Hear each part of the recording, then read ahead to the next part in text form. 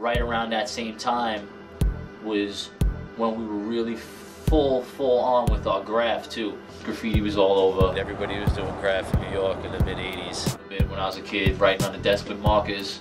And it expanded once I was in about 7th grade, I think it was, when we actually first started going out writing on walls. Me and Slash, from 1991 to maybe 1995, we did hundreds and hundreds of pieces in all the major Hall of Fames all over New York. I wrote JERMS, J-E-R-M-S. I really enjoy the wild style aspect, just really piecing more than the bombing thing. And when you're gonna do wild styles, you kind of want a 5-letter tag, you know, like Ghost or Saint, something dope like that. And nobody was writing JERMS. And that was really how I formed my tag. And when I would go bombing, I did a lot of highways at that time. And I would shorten it to just JS and do JS's on the highways. And that's where the DJ name comes from, JS. The JS really came from my graff name. And the 1 at the end of it just symbolizes that I was the first person to write JERMS, the original person and the only one to write that. Didn't really attack streets too much because I figured 1 or 2 things on the highway, way more people would see it than a couple of things on the street somewhere. So highways was more my thing. That was after they did the train, so, you know, gotta go to highways. Maybe 86, 87, we went up to the schoolyard by my house and we wrecked the schoolyard. It was great. And then, of course, you know, everybody's got to find out. It's like, oh, we seen you went and did graff. But then from that day forward, you know, they sure did see the graff.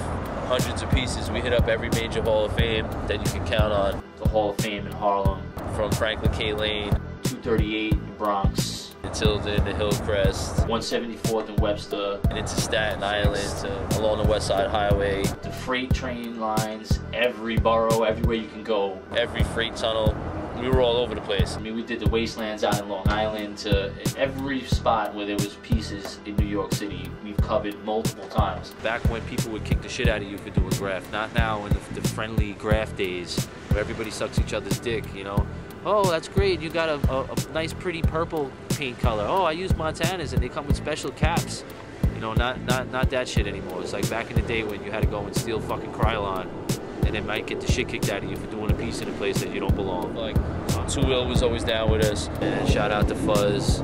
Did something with Fuzz a while back. I got all of these graff pieces. I've done with Slash. Pima was down with us doing his wee pieces. We did some shit with Is the Wiz actually a while back. Did some shit with a bunch of different writers, man. With graff, it was always about trying to do something creative, something cool. I'm really more into like the art part of it. You know, I like the colors, I like the different letters, the wild style schemes. You know, most of the pieces I've done took me about 2 hours and then I leave. And the same thing for graff as for DJing. I never used sketches when I did graff, you know. That was the one thing that I was kind of always proud of.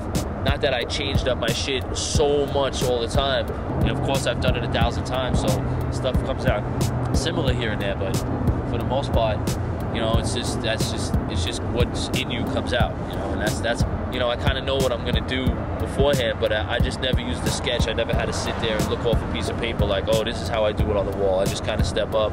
I don't even gather my colors beforehand. I just pretty much take whatever it is that I got with me and figure out how to do it. It was never having a preset plan. It's like, yeah, okay, like I know I like to use these certain colors, and like, yeah, I know I like to use these certain records, but never did I sit down and say, this is exactly what I'm gonna do with these 2 records, or this is exactly what I'm gonna do with these colors, and this is my sketch. Bob Ross didn't sit there and sketch out every painting he did before he did it.